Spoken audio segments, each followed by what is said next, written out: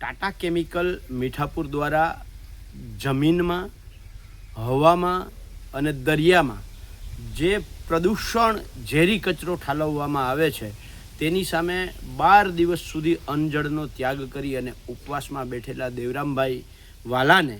આ સરકારે જાણે હિટલરશાહી પ્રથા હોય એ પ્રમાણે ઉપાડી અને જબરજસ્તીથી એમના ઉપવાસ તોડાવવામાં આવ્યા. એ બાબતે આજે મેં રાજ્યના મુખ્યમંત્રીશ્રીને કાગળ લખ્યો છે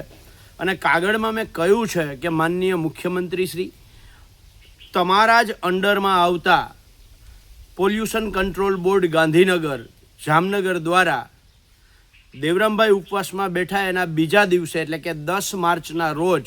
એક કાગળ દેવરામભાઈને આપવામાં આવે છે અને આ કાગળમાં લખ્યું છે કે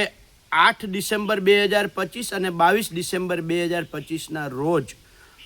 અલગ અલગ 8